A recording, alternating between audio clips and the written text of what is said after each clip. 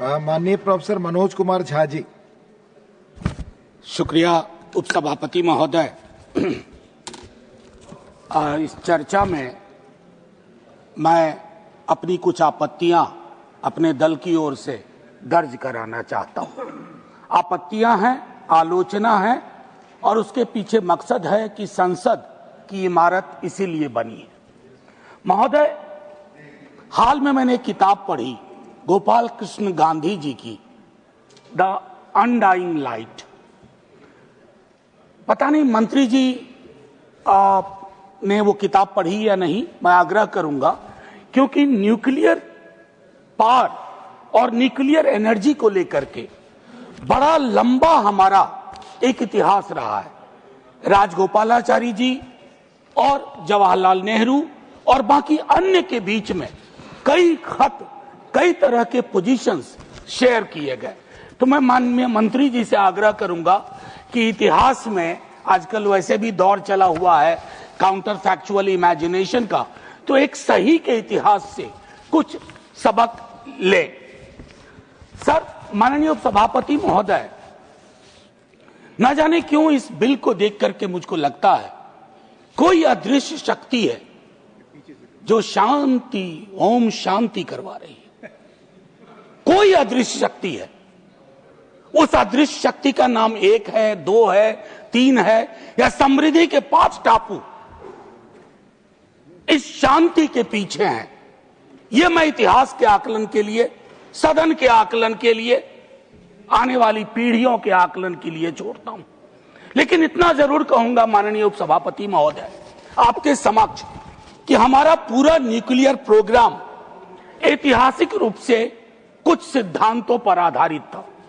उसमें एक महत्वपूर्ण सिद्धांत था कि जहां रिस्क कैटास्ट्रोफिक होने की संभावना है वहां राज्य अनुपस्थित ना हो।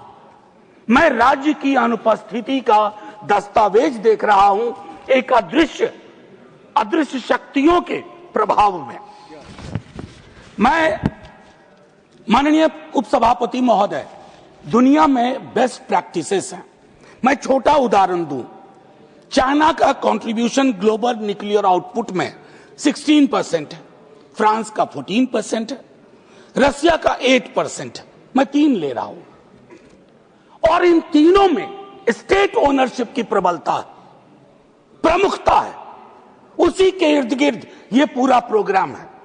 हां, इसमें एकमात्र अपवाद है यूनाइटेड स्टेट्स ऑफ अमेरिका, जहां 80% निजी हाथों में है। American model can not be considered as the best practice model for my country, keeping in view the inconsistent position of a country called United States of America. अगर कोई अपमान होता है तो वो पक्ष का नहीं, हमारा भी होता है, इस देश का अपमान होता है। तो हमें वो चीजें रखनी चाहिए थी। क्या हमने इसका जियोपॉलिटिकल कॉन्सिक्वेंस सोचा?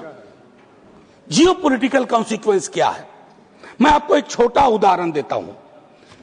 हमारी जो जानकारी है मीडिया के माध्यम से, अखबारों के माध्यम से, बीते कई वर्षों में फ्रांस और रशिया के साथ हमारी बातचीत चल रही थी स्टेट ओनरशिप के मॉडल को और प्रबल बनाने की और प्रखर बनाने की और ताकत देने की चल रही थी बातचीत। इसके दस्तावेज है। उस पर यह विराम लगा देता है, ना जाने कैसे।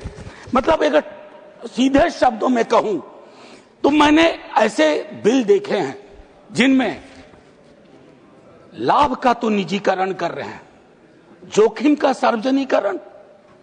क्या यह उचित है भारत की जनता के लिए, भारत के नागरिकों के लिए? मैं कई बार इस सदन में कह चुका उपसभापति महोदय, कोई सरकार अमृत पी के नहीं आती है। हर सरकार का एक आखिरी दिन होता है। लेकिन इस तरह की चीजें अगर हम कर जाएंगे, इसके लिए डिलीट बटन आसानी से नहीं दबता है। ये ह्यूमन साइकोलॉजी में, ह्यूमन हिस्ट्री में डिलीट बटन का प्रावधान नहीं है।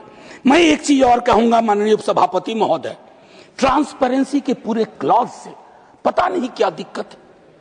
हम आरटीआई को खत्म होता देख रहे हैं, आरटीई को खत्म होता देख रहे हैं और तो और छोड़िए, राम का नाम लगा करके राइट टू वर्क आर्टिकल 41 के तहत उसको भी खत्म होता देख रहे हैं। अब इसमें कहते हैं कि रेस्ट्रिक्टेड इंफॉर्मेशन, सेफ्टी वायलेशन और रेडिएशन लीक्स को लेकर के। सर एक चीज तो मैं कंसिस्टेंटली देख रहा हूं इस सरकार के बिलों में, और कभी कभी मैं सोचूं कि इस पर अगर कोई कंटेंट एनालिसिस हो, most of the bills are attacking the architecture of federalism. Architecture of federalism, what kind of problem. देखिए सर, ये पहली बार नहीं हुआ है। जब ओवरवेलमिंग मेजॉरिटी आती है ना, तो टेम्पटेशन बहुत खतरनाक आते हैं। उन टेम्पटेशन को कंट्रोल करने की जरूरत है। जो कहते हैं ना कंट्रोल कंट्रोल, वो नहीं कर पा रहे हैं। नतीजे में क्या हो रहा है? Most of the bills surpass that, it's attack. अब मैं कहूं रिस्क लोकल है, लेकिन निर्णय कहां होगा? दिल्ली दरबार में। क्या ये विसंगति नहीं है? मैं तो तमाम दलों से अपील करूंगा, जो अलग अलग छोटे छोटे दल हैं। सर बस 30 सेकंड, नहीं 30 सेकंड। सर आप तो इतिहास के छात्र रहे हैं। 1600 ईस्वी में एक कंपनी को एक चार्टर मिला था और वो ईस्ट इंडिया कंपनी राज्य में तब्दील हो गई।